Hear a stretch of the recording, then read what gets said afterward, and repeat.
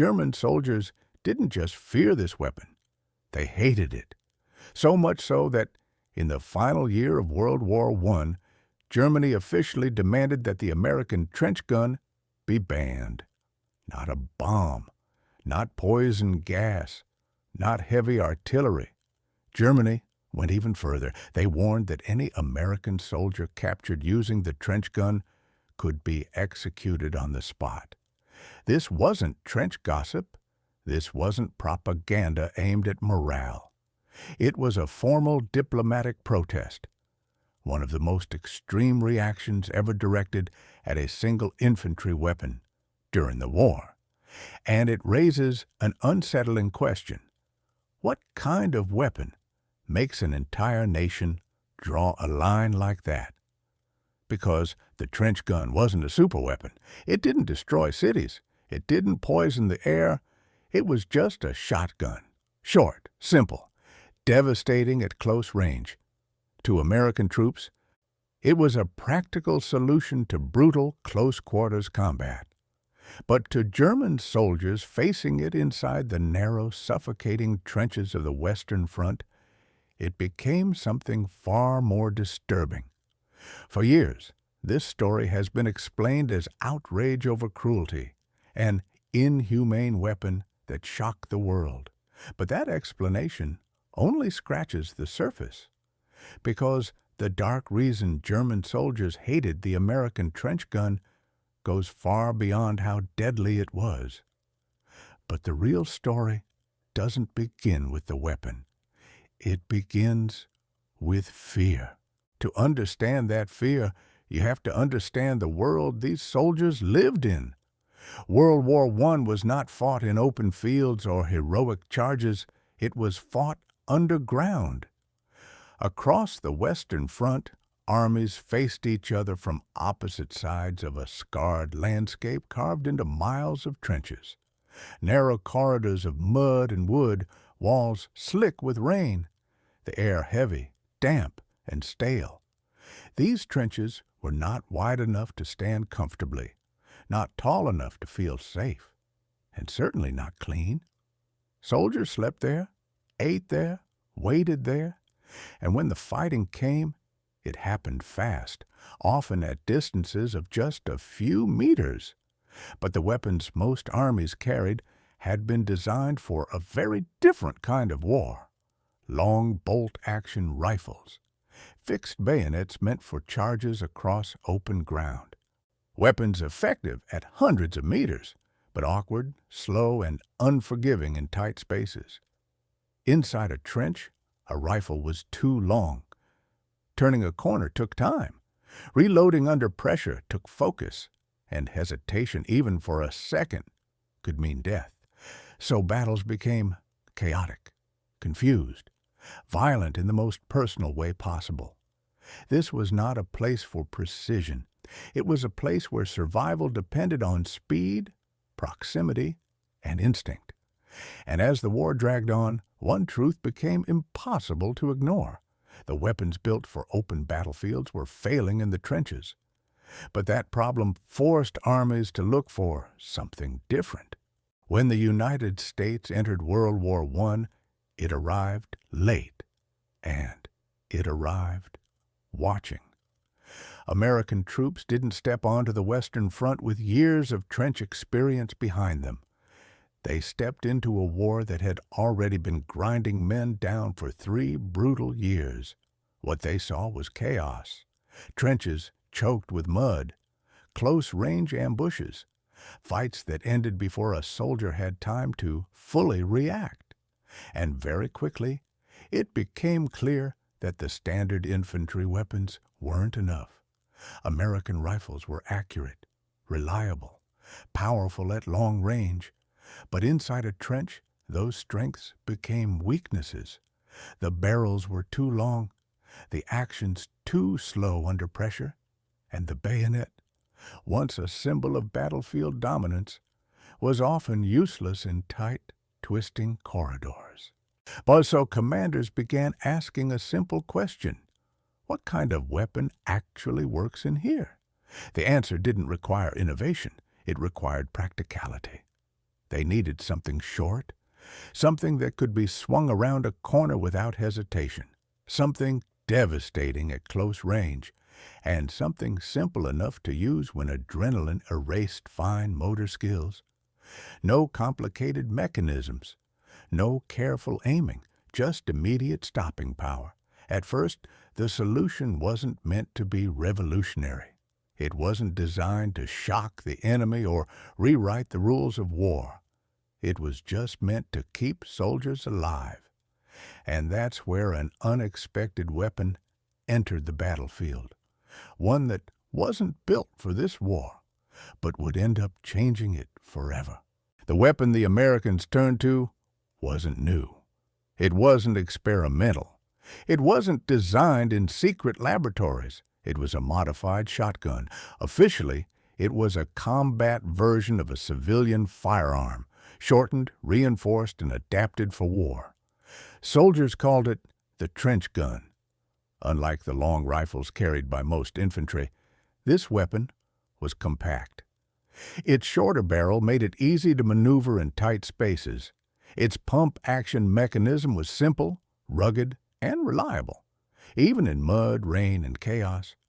But what truly set it apart was how it delivered force. Instead of firing a single bullet, the trench gun discharged multiple pellets with every shot. At close range, those pellets spread instantly, covering a wider area. It didn't require perfect aim. It didn't demand calm hands. You pointed it. You pulled the trigger. And the fight ended fast. In the trenches, that mattered. Clearing a dugout, turning a corner, breaking through a narrow passage filled with smoke and shouting. For American soldiers, the trench gun wasn't a symbol of brutality. It was a practical answer to an impossible environment. Reports from the front described its effectiveness in close-quarters combat, not as a weapon of terror, but as a tool that worked where others failed. At first, its use was limited. Only certain units carried it. Only certain situations called for it. And yet, word spread quickly. Not through headlines, not through official announcements, but through experience. Because every weapon creates a reaction, not just in the hands of the user, but in the mind of the one facing it.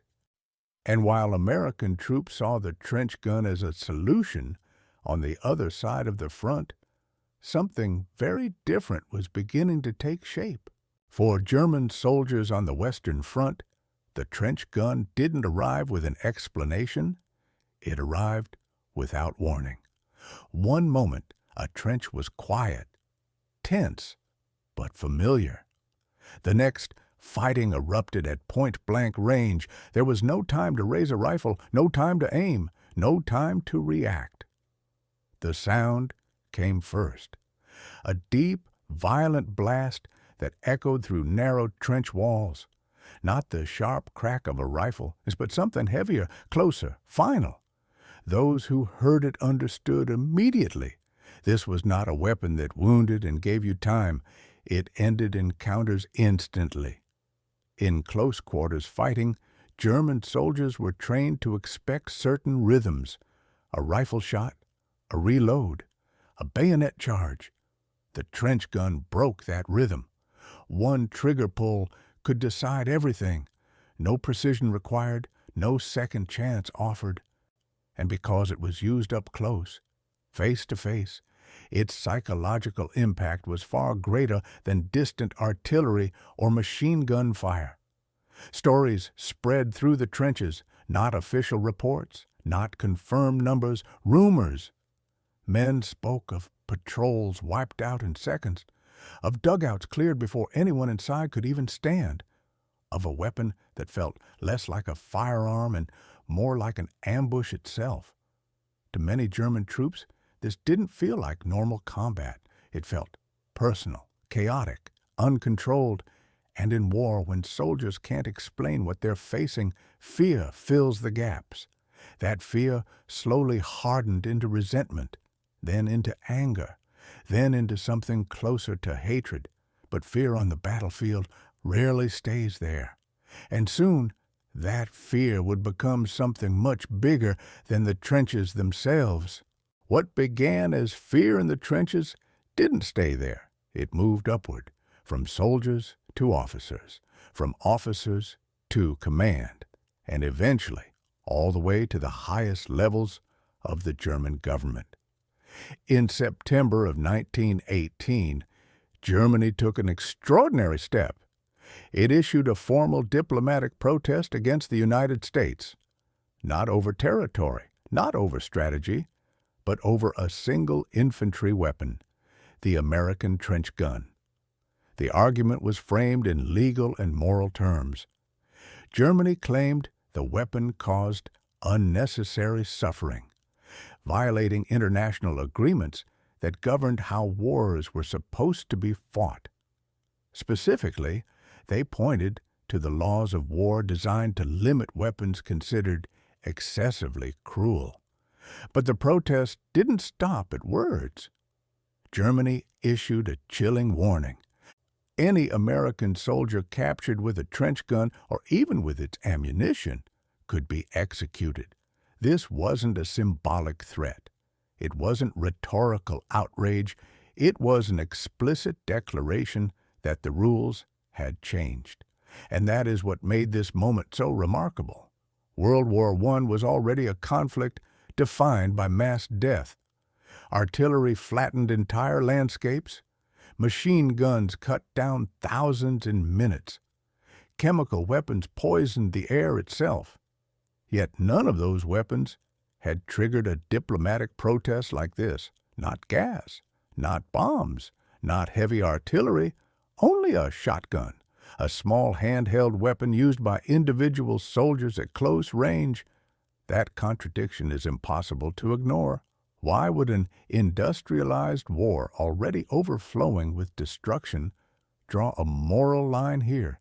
Why would Germany risk escalating tensions over a weapon that, on paper, was far less destructive than many others already in use? The protest wasn't just about legality.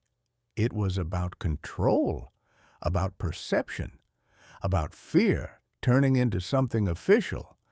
And this is where the story truly begins to darken. The German protest demanded an answer, and the United States responded firmly. Washington rejected the accusation outright. According to American officials, the trench gun did not violate the laws of war. It was not designed to cause unnecessary suffering. It was designed to stop enemy soldiers no different in purpose from rifles, machine guns, or artillery. In their response, the United States made a simple but powerful argument: war is not humane, and singling out one weapon while accepting countless others that caused equal or greater destruction was hypocrisy. If a shotgun was illegal because it killed efficiently at close range, then so were grenades, so were machine guns, so was artillery. The U.S. also emphasized legitimacy. The trench gun was issued to regular soldiers, used in standard combat operations, not for torture, not for punishment, just combat. Then came the warning: if Germany carried out its threat, if American prisoners were executed simply for carrying or using this weapon, the United States would respond with retaliation. The message was clear. This was not a matter open to negotiation. And so the confrontation froze. No bans were issued. No executions were confirmed. No international ruling was made. The trench gun remained in use. But the tension never disappeared, because the legal arguments on both sides only deepened the mystery. If this weapon truly wasn't more destructive than others, if it wasn't unique in what it did, then why did it provoke such an extreme reaction? That question lingered unanswered. And the answer lies not in law or policy, but in something far more human. The truth is, German soldiers didn't hate the trench gun simply because it killed. War was already full of death. Artillery killed far more men. Machine guns erased entire waves of infantry. Poison gas suffocated soldiers by the thousands. If lethality alone had been the issue, this shotgun would have meant nothing. But the trench gun was different, not because of how many it killed, but because of how it killed. Artillery came from miles away. Machine guns fired from fixed positions.